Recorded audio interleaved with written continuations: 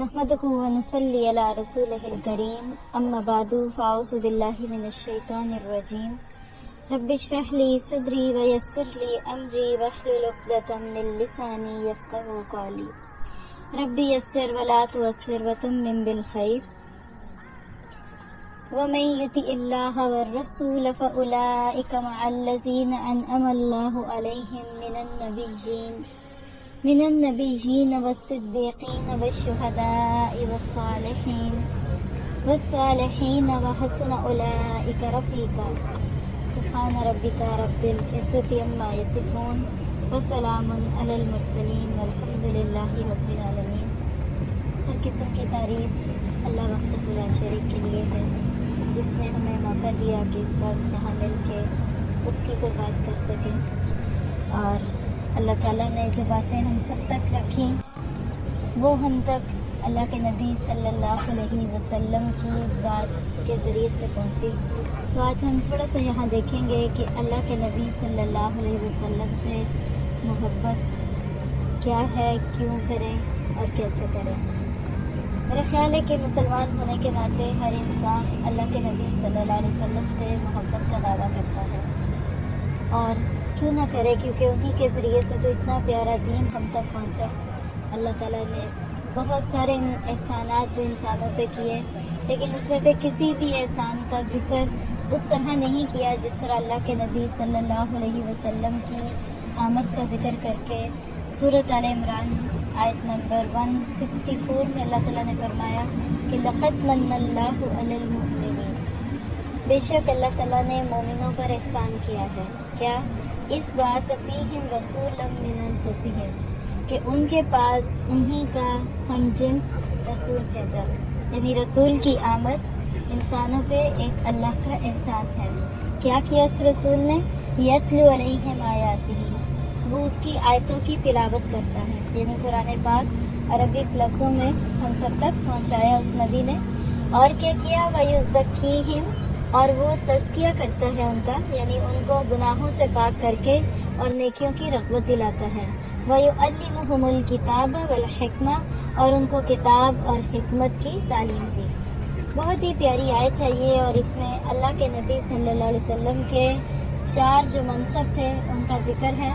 اللہ کے نبی صلی اللہ علیہ وسلم کے ساتھ محبت ایمان کا حصہ ہے۔ اگر کوئی یہ کہے کہ میں اللہ تعالیٰ سے تو محبت کرتا ہوں اور نبی سے نہیں کرتا، تو اس کا ایمان مقبول نہیں۔ کوئی یہ کہے کہ قرآن میرے لیے کافی ہے اور میں حدیث کو نہیں مانتا، تو اس کے اسلام میں کمی ہے۔ لا الہ الا اللہ کہہ دے لیکن محمد رسول اللہ نہ کہے تو اس کا ایمان مقبول نہیں۔ تو لہٰذا ضرورت ہے اس بات کی کہ اللہ کے نبی صلی اللہ علیہ وسلم کی شان کو سامنے رکھتے ہوئے ہم اپنے لیے بھی تو دیکھیں کہ ان سے محبت کیسے کی جائے۔ کیا اللہ کے نبی صلی اللہ علیہ وسلم سے محبت کی کوئی علامت ہمارے اندر نظر آتی ہے؟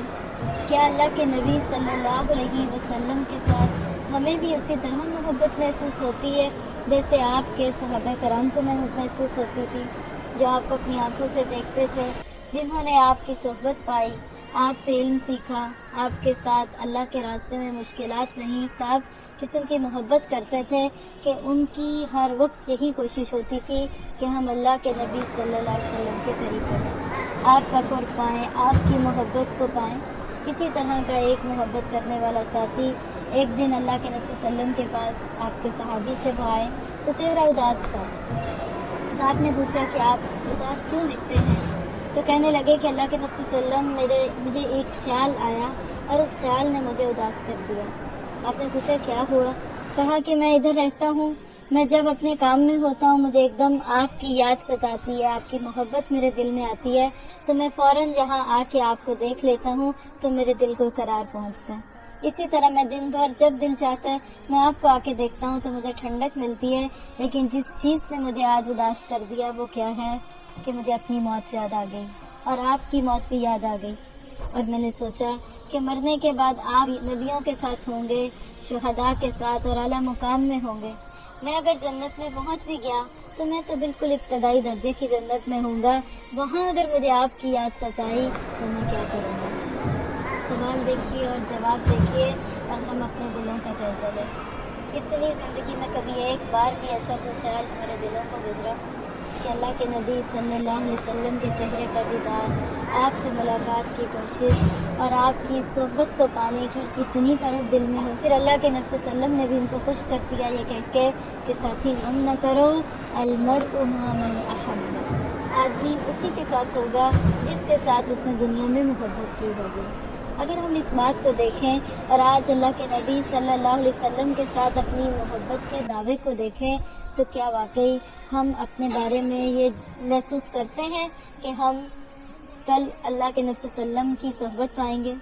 جس کے ساتھ انسان کو محبت ہوتی ہے، انسان دنیا میں بھی اسی کے ساتھ رہنا چاہتا ہے۔ اگر آج دنیا میں دیکھیں تو ہمیں اپنے دوست کیوں اچھے لگتے ہیں؟ بعض دفعہ عزیزوں اقارب رشتہ داروں سے زیادہ ہمیں اپنے دوست پیارے لگتے ہیں۔ کیوں؟ کہ ہمارے دل ملتے ہیں، اپنی انڈرسٹینڈنگ ہوتی ہے، ہماری پسند ناپسند ملتی ہے۔ تو محبت کی جو بنیاد ہوتی ہے وہ سملیرٹی ہوتی ہے۔ جب آپ کسی کو سملیٹ کرتے ہیں تو آپ کے دل میں خود بخود محبت آنے لگتی ہے۔ اور اگر اللہ کے نبی صلی اللہ علیہ وسلم جس انداز کی زندگی بسر کر کے گئے اور جس کی دعوت وہ اپنی امت کو دے کے گئے، اگر آج ہماری زندگی میں وہ رنگ نہیں جھلکے گا تو ہو سکتا ہے کہ کل قیامت کے دن وہ ہم سے بیزار ہوں یا بے نیاز ہوں۔ تو لہٰذا ضرورت ہے اس بات کی کہ ہم اپنے عملوں کو دیکھیں۔ اللہ کے نبی صلی اللہ علیہ وسلم کے ساتھ محبت کے اظہار کا عموماً جو طریقہ ہم دیکھتے ہیں وہ کیا ہے کہ جب آپ کا نام آتا ہے تو درود پڑھتے ہیں، بعض دفعہ انگوٹھوں کو چومنے لگتے ہیں، بعض دفعہ ہم دیکھا گیا ہے کہ جب ربیع الاول کا مہینہ آتا ہے تو لوگ اس وقت اللہ کے نبی صلی اللہ علیہ وسلم کی محبت میں کچھ محفلوں کا اہتمام کرتے ہیں اور پھر اس میں کچھ اور اس طرح کے کام جو ہر جگہ میں معروف ہوتے ہیں۔ لیکن یہ ساری باتیں تو ایک طرف ہیں۔ اگر ہم دیکھیں کہ اللہ کے نبی صلی اللہ علیہ وسلم کی ذات سے محبت کرنا، یعنی آپ کی جسمانی یعنی ساخت، آپ کی زلفوں کا قصہ، آپ کی اکثر نعتوں میں آپ دیکھیے کہ اللہ کے نبی صلی اللہ علیہ وسلم کی بڑی تعریف کی جاتی ہے، اور بعض دفعہ تو اتنا مبالغہ ہو جاتا ہے کہ شرک تک بات آ جاتی ہے، ایگزیجریشن ہونے لگتا ہے۔ تو اس صورت میں اگر دیکھیں تو کیا اللہ کے نبی صلی اللہ علیہ وسلم کے ساتھ صرف لفظی محبت کرنے سے بات بن جاتی ہے؟ اگر ایسی جنت ملنی ہوتی تو جنت میں جانے کا حقدار سب سے زیادہ کون تھا؟ اللہ کے نبی صلی اللہ علیہ وسلم کا چچا ابو طالب، کہ جنہوں نے ساری زندگی آپ کی خدمت کی، باپ بن کے پالا۔ کسی کو ان کی زندگی میں جرأت نہ ہوئی کہ اللہ کے نبی صلی اللہ علیہ وسلم کی طرف ہاتھ اٹھائے، آپ کی اتنی مدد کی۔ 3 سال شاب ابی طالب میں انہوں نے بھی درختوں کے پتے کھائے اور وہاں قید رہے، پورا سوشل بائیکاٹ رہا، لیکن وہ پیچھے نہیں ہٹے۔ لیکن کیا تھا؟ اللہ کے نبی صلی اللہ علیہ وسلم کی بات نہیں مانی۔ کیا کہا کہ آپ نے ان کے بستر مرگ پہ بھی کہا کہ چچا آپ کلمہ پڑھ لیں، میں آپ کی سفارش کر دوں گا۔ لیکن آخری بات جس نے ان کے قدموں کو روک دیا وہ کیا تھی؟ ذات برادری، خاندان، تقلید، ابا اجداد۔ کہا نہیں، میں اپنے باپ عبد المطلب کے دین پہ ہوں۔ لوگ کیا کہیں گے کہ مرتے مرتے اپنا دین چھوڑ دیا، اور یہ بات کہنے کی دیر تھی کہ اللہ کے نبی صلی اللہ علیہ وسلم ان سے بیزار تھے۔ پھر آپ نے ان کے مرنے کا کوئی غم نہیں کیا، یہ نہیں کہا کہ چلو میں ان کی کفن دفن میں ایسی شرم سے بیٹھ جاؤں، آخر میرا چچا تھا۔ نہیں، البغض فی اللہ والحب فی اللہ، کہ مومن کی محبت اللہ کے لیے ہوتی ہے اور مومن کا بغض، نفرت اللہ کے لیے ہوتی ہے۔ زندگی بھر کوشش میں رہے کہ ان کو اسلام مل جائے، لیکن جب موت پہ خاتمہ ہوا تو آپ ان سے بے نیاز ہو گئے، حالانکہ آپ کے سگے چچا تھے۔ لیکن کوئی ایسا معاملہ نہیں ملتا کہ آپ نے مرنے کے بعد کچھ ان کی رسومات کی ہوں یا بعد میں جا کے ان کی قبر پہ کچھ کیا ہو، صرف یہ کہہ کے کہ خاندان کا معاملہ ہے۔ کیا کریں، مجبور ہیں۔ ہم اپنے آپ کو دیکھیں، ہم کتنی دفعہ مجبور ہوتے ہیں۔ ہم تو دن میں کئی بار مجبور ہوتے ہیں، کبھی گھر والوں کے ہاتھوں، کبھی بچوں کے ہاتھوں، کبھی سسرال کے ہاتھوں، کبھی برادری کے ہاتھوں، اور سب سے پیچھے پڑتی ہے بات تو اللہ اور اس کے رسول کی بات پیچھے پڑتی ہے۔ اللہ کے نبی صلی اللہ علیہ وسلم نے فرمایا وہ شخص جس کو جہنم میں سب سے ہلکا عذاب ہوگا، اس کو کیا ہوگا کہ اس کے پاؤں میں آگ کی 2 جوتیاں پہنائی جائیں گی اور اس کی حدت سے اس کا دماغ کھولنے لگے گا، اور وہ شخص اللہ کے نبی کا چچا ابو طالب ہوگا۔ غور کرنے کی بات ہے، ساری زندگی نبی صلی اللہ علیہ وسلم سے محبت کی بات کرنے والا، آپ کو کھلانے والا، پلانے والا، راتوں کو آپ کے بستر پہ سو جاتے کہ جائیے آپ دوسری جگہ سوئیں۔ کیوں؟ کہ رات کے اندھیرے میں اگر کوئی آپ کو قتل کرنا چاہے تو وہ آپ کی جگہ مجھے قتل کر دے۔ اتنی محبت، لیکن یہ محبت تھی نبی کی ذات کے ساتھ، نبی کی بات سے پیار نہیں تھا۔ جب تک اللہ کے نبی کی بات سے پیار نہیں ہوگا انسان جنت میں جانے کا اہل نہیں ہو سکتا. ایک اور مثال آپ ہی کا چچا ابو لہب کہ جس نے اللہ کے نبی صلی اللہ علیہ وسلم کی پیدائش کی خبر سنی کہ میرے بھائی اور عبداللہ، آپ کو معلوم ہے کہ نبی صلی اللہ علیہ وسلم کے جو باپ تھے ان کا انتقال ہو چکا تھا. آپ خود سوچ سکتے ہیں کہ جب بھائی کا انتقال ہو چکا ہو اور اس کے بعد اس کے بیٹے کی ولادت ہو تو کتنی خوشی نہ ہوگی اس وقت. اور اس نے اتنی خوشی کا اظہار کیا اللہ کے نبی کی پیدائش کا سن کے کہ وہ لونڈی ثویبہ جس نے آ کے خبر دی اس کو کہا تو آزاد ہے. تو اتنی اچھی خبر لے کے آئی ہے، جا تو آزاد ہے، اس کو چھوڑ دیا جاؤ. لیکن ذرا غور تو کیجیے، یعنی وہ چچا جو آپ کی پیدائش کی خوشی میں لونڈی کو آزاد کرنے والا، خوشی سے پھولنے والا، لیکن جب اللہ کے نبی صلی اللہ علیہ وسلم نے کوہ صفا پہ کہا کہ قولوا لا الہ الا اللہ تفلحون، لوگوں اللہ کو ایک مانو فلاح پا جاؤ گے. جب کلمہ توحید بلند کیا، جب اسلام کی دعوت دی تو وہ کہنے لگا کہ محمد تیرے ہاتھ ٹوٹ جائیں، نعوذ باللہ صلی اللہ علیہ وسلم. یعنی ذرا غور سے دیکھیے گا، جس دن محمد بن عبداللہ کی پیدائش ہوئی تو خوشی سے پھولے نہیں سے مارا، لیکن جس دن وہی محمد رسول اللہ صلی اللہ علیہ وسلم میں بدلے تو ان کے ساتھ بغض رکھا. اور سب سے زیادہ دشمنی آپ کی یہی کرتا تھا.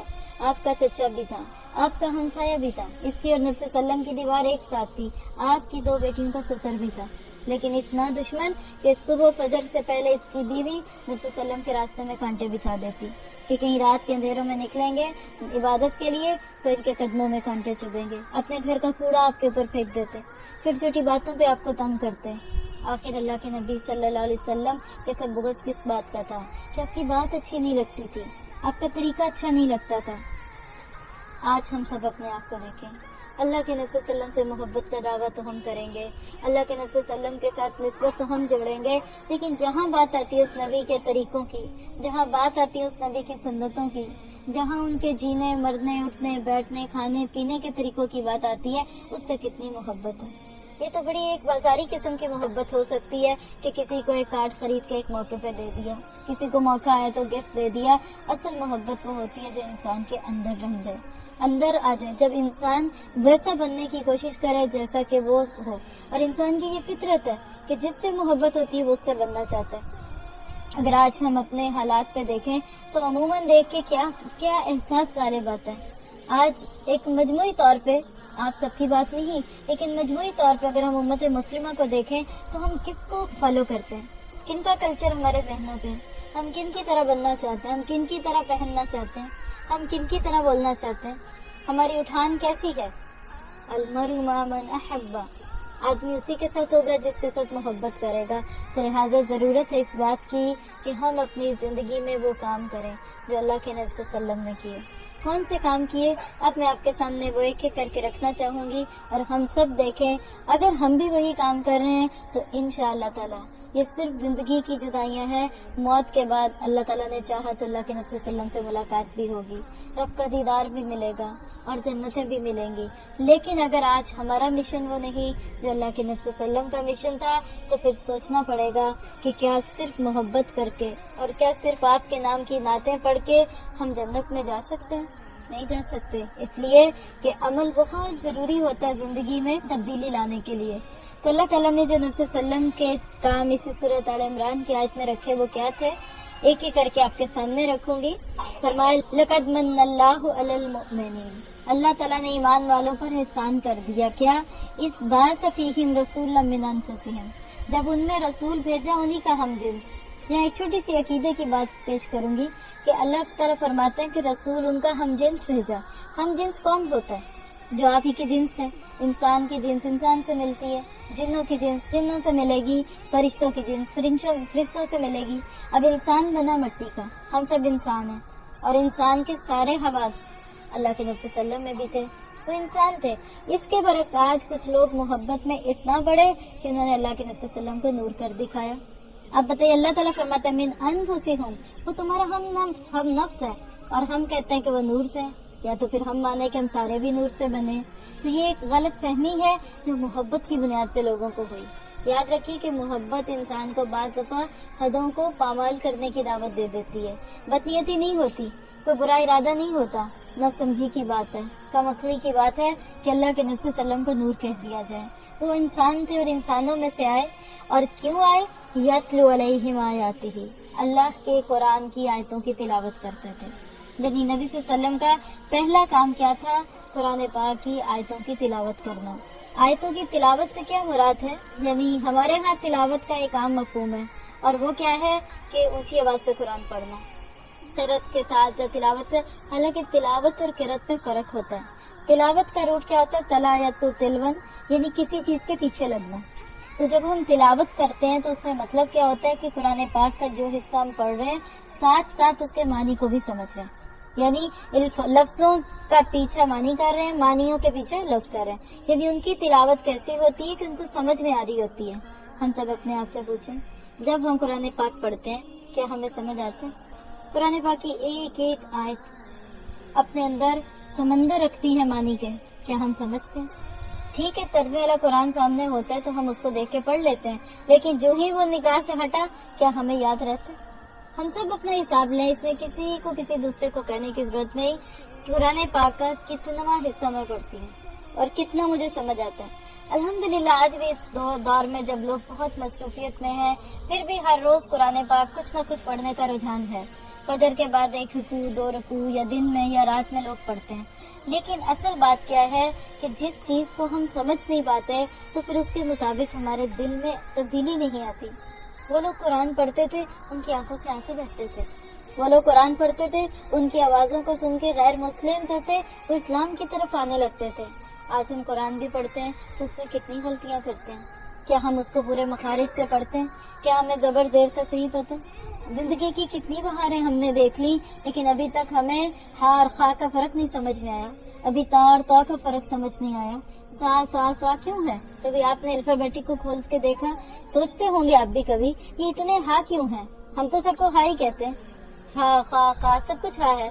سا کی آواز دیکھ لیں، سین کی آواز دیکھ لیں، ایک ہی آواز ہے، تو کیا تھا ایک ہی بنتی، لیکن حالانکہ ہر لفظ کی ایک الگ پہچان ہے۔ سا جہاں سے ادا ہوتا ہے وہاں سے سا نہیں ہوتا، سین کی آواز اور ہے، سواد کی آواز اور ہے، سا کی آواز اور ہے، تو یہ فرق ہے۔ کیا ہم اس کو پہچانتے؟ اتنا معنی کا فرق ہونے لگتا ہے۔ بس آپ دیکھیے کہ آپ کو ایک چھوٹی سی مثال دوں گی لفظوں کو اچھی طرح پڑھنے کی۔ جیسے ہم کہتے ہیں کہ اللہم اہدی قلبی، اے اللہ میرے دل کو ہدایت دے دے یا مجھے سیدھا راستہ دکھا۔ اب اگر آپ اس کو اللہم اہدی قلبی کی بجائے پڑھ لیں اللہم اہدی قلبی، ہم عموماً تو کاف کو کاف ہی کہتے ہیں نا، جس کا مطلب کیا بنتا ہے؟ اے اللہ میرے کتے کو ہدایت دے دے۔ قلب کتے کو کہتے ہیں عربی میں۔ اب آپ بتائیے آپ کتے کی ہدایت مانگ رہے ہیں یا ہم اپنی مانگ رہے ہیں؟ 20 مثالیں ہیں۔ صرف عین اور حمزہ کے فرق سے معنی بدل جاتا ہے۔ لفظوں کی پہچان نہیں ہمیں آتی کیونکہ ہم اس کو پڑھتے نہیں۔ جب پڑھتے نہیں تو دل میں نہیں اترتا۔ آج بھی قرآن پاک کو جب آپ اس کے صحیح جگہ سے پڑھیں گے آپ کے دل کو اترے گا۔ جب آپ کسی کی بہت اچھی تلاوت سنتے ہیں تو آپ کا دل ہلتا ہے کہ نہیں؟ پگھلتا ہے کہ نہیں؟ ایسے لگتا ہے کہ جیسے نہ بھی سمجھ آئے لیکن ایک دم اس میں ایک کشش ہوتی ہے۔ تو پہلا کام اللہ کے نبی صلی اللہ علیہ وسلم کی اتباع میں کرنا ہے، تو ہم نے تلاوت کرنی ہے۔ کیسی؟ کم از کم اس کے لفظوں کا حق تو ادا کریں۔ کل کیا کہیں گے اللہ تعالیٰ کو؟ ہم نے انگلش سیکھ لی، ہم نے اسپینش سیکھ لی، ہم نے فرینچ سیکھ لی، ہم نے اردو سیکھ لی، ہم نے سائنس سیکھ لی، کیمسٹری سیکھ لی، کمپیوٹر سیکھ لیا، نہیں سیکھ سکے تو ایک عربی زبان ہم صحیح نہیں سیکھ سکے، اور وہ بھی پوری نہیں، صرف قرآن کا حصہ۔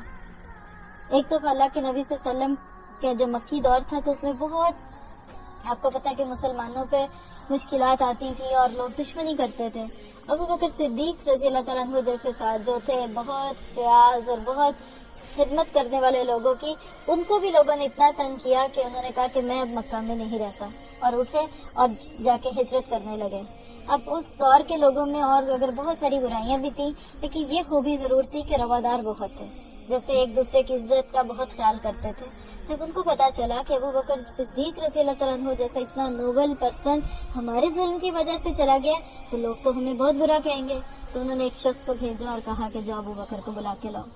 وہ شخص آیا اور کہنے لگا، اس ابو بکر صدیق کو بلا کے تو اپنے سارے لوگوں کے پاس لایا اور کہنے لگا کہ دیکھو آج کے بعد ابو بکر صدیق جو ہے یہ میری پناہ میں ہے، یعنی میں ان کو اپنی کسٹڈی میں دیتا ہوں، آج کے بعد آپ ان کو کچھ نہیں کہیں گے۔ اور یہ اس دور کا رواج تھا، کوئی ایک شخص بھی کہہ دیتا تھا کہ یہ میری پناہ میں تو پھر باقی لوگ اس کے اوپر کوئی ظلم نہیں کرتے تھے۔ لوگوں نے کہا کہ ٹھیک ہے ہم ابو بکر صدیق کو کچھ نہیں کہیں گے، بس ایک ہی شرط ہے ہماری، اور وہ کیا کہ یہ مسجد میں آ کے قرآن نہیں پڑھیں گے، یعنی بیت اللہ میں آ کے عبادت نہیں کریں گے، گھر میں بیٹھ کے جو مرضی کریں۔ کہا اچھا یہ بات ہے۔ ابو بکر صدیق سے پوچھا کہ آپ کو یہ شرط منظور ہے؟ کہا ہاں مجھے منظور ہے۔ کہا ٹھیک ہے چلے گئے۔ اب مسجد میں نہیں آ سکتے تو کیا ہوا، بندہ مومن کے لیے تو اللہ تعالیٰ نے ہر کونے کے اندر خیر رکھی ہے، اپنے گھر کے کونے کو مسجد بنا لیا۔ یا غور کیجیے گا، گھر میں نہیں نماز پڑھی بلکہ گھر کے کونے کو مسجد بنا لیا، کیونکہ ان کو پتا تھا ایمان والے مرد مسجدوں میں ہی نماز پڑھتے ہوئے اچھے لگتے ہیں، اور نماز پڑھی۔ اب وہاں صبح شام قرآن کی تلاوتیں اور نماز ہونے لگی۔ چند دن نہیں گزرے کہ پڑوس کے جو لوگ تھے وہ مل کے آگے کہنے لگے کہ ابو بکر آپ جہاں مرضی جا کے قرآن پڑھے لیکن اب گھر میں نہیں پڑھ سکتے۔ کیوں؟ کہا کہ آپ کے قرآن پڑھنے کے سوچ سے ہمارے بچے اور ہماری عورتیں مسلمان ہو گئی۔ ذرا غور کر کے دیکھیں، یعنی ان کا قرآن کا پڑھنا دوسروں کو کیسے بدل دے، اور آج ہم قرآن پڑھیں تو کسنے کو ہدایت ملتی ہے۔ تو لہٰذا اگر اللہ کے نبی صلی اللہ علیہ وسلم سے محبت کا دعویٰ ہے تو آج ہم نے ایک نیت کرنی ہے، اور وہ کیا کہ ہم نے قرآن پاک کو عربی لب و لہجے میں سیکھنا ہے۔ مخارج تو ٹھیک ہوں، کم از کم اعراب کی غلطیاں تو نہ ہوں۔ ہم جب قرآن پڑھتے ہیں ذرا سوچیے تو صحیح اللہ تعالیٰ کو کیسا لگتا ہوگا۔ ہم کسی چار لوگوں کے بیچ میں اونچی آواز میں نہیں پڑھتے، کیوں؟ شرم آتی ہے، اور کسی کو پتا ہوا آتا ہے اس کے سامنے تو ہم سنا ہی نہیں سکتے، کیوں؟ جھجک آتی ہے۔ ذرا سوچیں، ہمیں نہ بھی کسی کو سنائیں گے اللہ تعالیٰ بھی تو سنتا ہی ہے نا جب ہم بولتے ہیں، تو کیا کہتا ہوگا۔ میں آپ کو مثال دوں گی، اگر کسی شاعر کا کلام ہو یا اگر کسی کی بات کہیں بھی آپ دوسرے کو سنائیں اور اس کو پتا چلے کہ یہ میری بات بڑی منہ بگاڑ کے بتا رہے تھے، بس اگر میں بھی آپ کے ساتھ بات کر رہی ہوں، بعد میں آپ میں سے کوئی میری بات کو بڑی بگاڑ کے بتائے، مجھے جب پتا چلے تو مجھے کتنا دکھ ہوگا کہ آپ نے میری بات ایسے بتائی۔ آپ سوچیے اللہ کا کلام، اور جب ہم پڑھ کے سناتے ہیں تو کیا وہ بگاڑنے والا انداز نہیں ہوتا؟ بہت ضرورت ہے اس بات کی کہ قرآن پاک کو صحیح طرح سے ادا کیا جائے۔ کوئی شرم کی بات نہیں ہوتی، اللہ تعالیٰ نے انسان کو زندگی میں موقع دیے ہیں، اگر بچپن میں ہم نہیں سیکھ سکے اب کیا ہو گیا، جوانی میں نہیں سیکھا بوڑھوں کو سیکھ سکتے ہیں۔ الحمدللہ 70 سے 80 سال کی خواتین تک کو میں نے دیکھا ہے کہ اتنے شوق سے قرآن پڑھتی ہیں۔ پہلے نہیں آتا تھا، اب جب پڑھنے لگے تو بہت ہی خوبصورت پڑھنے لگے۔ اور پھر اس کے بعد اب دیکھیے کہ دوسرا کام جو اللہ کے نبی صلی اللہ علیہ وسلم نے کیا وہ کیا تھا، وَيُزَكِّيهِمْ، تزکیہ۔ تزکیہ کس کو کہتے ہیں؟ یہ بڑا اہم لفظ اور بڑا خوبصورت لفظ ہے قرآن پاک میں۔ تزکیہ کا مطلب کیا ہوتا ہے کہ بری چیزوں کو نکالنا اور اچھی چیزوں کو لانا۔ یعنی جیسے مالی جو ہے یا کوئی گارڈنر ہے وہ کوئی بیج لگاتا ہے تو بیج لگاتا ہے، کھاد ڈالتا ہے، لیکن ساتھ ساتھ جڑی بوٹیاں بھی اتارتا ہے۔ اللہ کے نبی صلی اللہ علیہ وسلم کا کارنامہ کیا تھا کہ لوگوں کی اس طرح سے تربیت کرتے تھے کہ نہ صرف ان کو نیکیوں کے کرنے کا حکم دیتے تھے بلکہ برائیوں کو نکالنے کا بھی حکم دیتے تھے۔ اب آپ دیکھیے کہ ہم کیا کرتے ہیں، اپنے آپ کو اگر ہم دیکھیں کہ ہم نیکیاں کرتے ہیں، الحمدللہ نماز پڑھتے ہیں، ہم لوگ روزے رکھتے ہیں، ہر کام جو نیکی کا وہ کرتے ہیں عبادات کی صورت میں، کوئی بھی موقع آتا ہے ہم پیچھے نہیں رہتے اللہ کا حکم سے، لیکن کیا اسی طرح گناہ بھی چھوڑتے ہیں؟ کیا ہم اپنی من پسند چیزوں کو چھوڑتے ہیں؟ کیا نافرمانیوں کو چھوڑتے ہیں؟ کیا ہم ایسے کاموں سے اپنے آپ کو پیچھے کرتے ہیں جس کا ہمیں سراسر یقین ہے کہ یہ گناہ ہے؟ کیا ہم غیبتوں کو چھوڑتے ہیں؟ کیا ہم چغلیوں کو چھوڑتے ہیں؟ کیا بے دینی، بے حیائی، بے پردگی اور ہر وہ چیز جو شیطان کو خوش کرنے لی وہ چھوڑتے ہیں؟ نہیں چھوڑتے تو نتیجہ کیا نکلے گا؟ وہ نیکیاں کہاں جا رہی ہیں؟ اس برائیوں کے ساتھ مل کے خلط ملت ہو گئی۔ بس آپ دیکھیے کہ اگر آپ ایک گلاس ہے اس کے اندر آدھا گلاس پانی ہے اور وہ گندا ہے، کیچڑ والا پانی ہے، باقی آدھا گلاس اگر آپ اس میں زمزم بھی ڈال دیں تو کیا زمزم اس کو صاف کر دے گا؟ نہیں، وہ گندی چیز اس کو بھی ضائع کر دے گی۔ تو جو برائیاں ہوتی ہیں یہ انسان کو ضائع کر دیتی ہیں اس کی نیکیوں کو۔ ہمارے ہاں ایک رجحان بہت ہی زور پکڑ گیا، اور وہ کیا کہ ہم عبادات کو تو کرنا چاہتے ہیں، کوئی خاص موقع آتا ہے تو بھی، نہیں بھی ہوتا تو خود بھی اپنی تسلی کے لیے کرتے ہیں، لیکن برا ہمیں کیا لگتا ہے اور مشکل کیا لگتا ہے؟ گناہوں کو چھوڑنا۔ یہ نہیں چھوڑ سکتے، اپنا لائف سٹائل نہیں چھوڑ سکتے، طرز زندگی چھوڑنا مشکل ہے، اسٹیٹس قربان نہیں کر سکتے، رشتہ داریوں کے اندر اگر کوئی خرافات ہے تو اس سے ہم پیچھے نہیں ہٹ سکتے، اگر کسی میں کوئی بدعت ہے، کوئی بے دینی، اس کو نہیں چھوڑ سکتے، نیکیاں کرتے رہیں گے۔ تو پھر یاد رکھیے کہ اللہ تعالیٰ کو تو بندے سے یہی مطلوب ہے کہ میرا بندہ کب بنتا ہے؟ جب وہ میری خاطر نیکیاں بھی کرے، اچھے کام بھی لے اور برائیاں بھی چھوڑے۔ جیسے مثلا آپ دیکھیں کہ ہم کتنا قرآن سنتے ہیں یا کتنی اچھی باتیں بھی سنتے ہیں، لیکن ہمارے دل پہ اثر کیوں نہیں کرتا ان کا، ہمارے عمل میں وہ چیز کیوں نہیں ڈلتی؟ کیونکہ وہ جیسے ڈیلیٹ ہونے والی بات ہے نا، ایک کا اثر دوسری چیز ختم کر دیتی ہے۔ کسی کی ایک بات میں نے کہیں سنی تو کچھ لوگ مولوی صاحب کے پاس آئے تو کہنے لگے کہ مولوی صاحب کنویں میں کتا گر گیا، یعنی کنواں ہوتا ہے نا، ویل پانی تھا، اس میں کتا گر گیا، اب کیا کریں؟ تو مولوی صاحب نے کہا کہ کوئی بات نہیں، آپ پانی جتنا اس کے اندر اس کو سارا نکال دو، دیواریں وغیرہ صاف کرو، پھر جو آگے سے پانی آئے گا وہ اس کو صاف کر دے گا۔ چلے گئے، پھر کچھ دن گزرا، پھر کہنے لگے مولوی صاحب پانی تو ابھی بھی گندا ہے۔ کیوں بھائی تم نے سارا پانی نکالا تھا؟ ہاں نکال دیا تھا، دیواریں صاف کر لی تھی، تو کہا اب پانی کیوں گندا ہے؟ کہنے لگے وہ بھی کتا تو اندر ہی ہے نا، آپ نے کہا ہی نہیں کہ کتے کو نکالے۔ اب یہ بات تو ہے ایک کسی کی، لیکن یاد رکھیں کہ جب تک دل سے گناہوں کے کتے نہیں نکلیں گے نیکیوں کا فائدہ نہیں ہوگا۔ آپ گھر میں صفائی جتنی مرضی آرائش کر لیں، اگر کچرا نہیں اٹھائیں گے، ٹریش نہیں اٹھائیں گے، ویکیوم نہیں کریں گے، وہ خوبصورت ڈیکوریشن پیس بھی اچھے نہیں لگیں گے۔ ہم جب کسی بھی جگہ کو گھر کو سجاتے ہیں یا کوئی اچھا ڈیکوریشن پیس لاتے ہیں، کیا کرتے ہیں؟ پہلے صفائی کرتے ہیں نا، ساری چیزوں کو جھاڑتے ہیں، دیواروں کو صاف کرتے ہیں، جالے لگے ہیں اس کو اتاریں گے، چیزوں کو آرگنائز کریں، پھر ایک چھوٹا سا بھی آپ پیس لگا دیتے ہیں نا دیوار پہ، کوئی شو پیس، تو وہ خوبصورت لگتا ہے، سجتا ہے، اٹھتا ہے۔ لیکن گھر اٹا پٹا ہو اور بکھرا ہو اور آپ چاہے جتنی مرضی کرسٹل سجا دیں، ایک آنکھ نہیں بھائے گا۔ اسی طرح یاد رکھیے کہ دل کی دیواروں پہ بھی کچھ سجانے کے لیے دل سے گناہوں کو نکالنا ہے۔ اور آپ دیکھیے کہ وقت کہاں ہے، ہم کہاں کھڑے ہیں۔ آج اس وقت زندگی کتنی مختصر ہے، آج انسانیت کتنے خطروں کی زد میں، ایک ہمارا ہی بنایا ہوا ہتھیار ہم سب کو ہلاک کرنے کے لیے کافی ہے۔ ایک جھٹکا زمین کو لگے، ہم کہاں جائیں گے؟ 4 دن کی زندگی، اور اگر ہم نے اس کو اپنی مرضی سے گزار لیا تو پھر یاد رکھیے کہ وہ ہمیشہ کی زندگی جو رب کی ہے وہ اس کی مرضی کی ہوگی۔ اگر آج ہم نے اس کی مانی، کل وہ ہماری مانے گا۔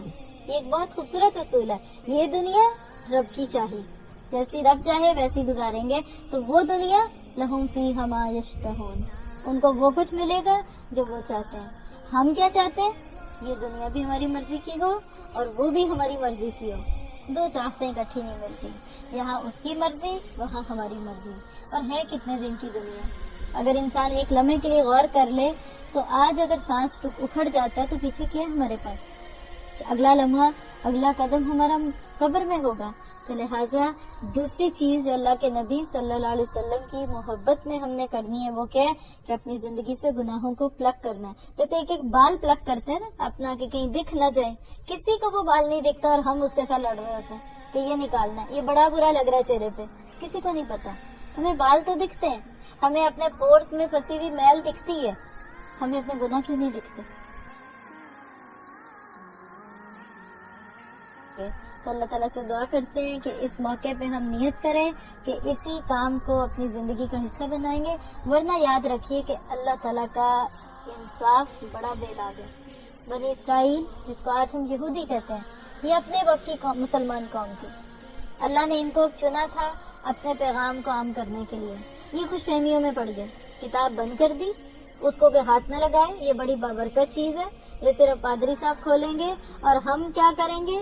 ہم لوگ صرف وظیفے کریں گے، آرزویں رکھیں گے، تمنائیں رکھیں گے کہ ہم نبیوں کی اولاد ہیں اس لیے بخشے جائیں گے، ہم ابراہیم کے پیروکار اس لیے بخشے جائیں گے۔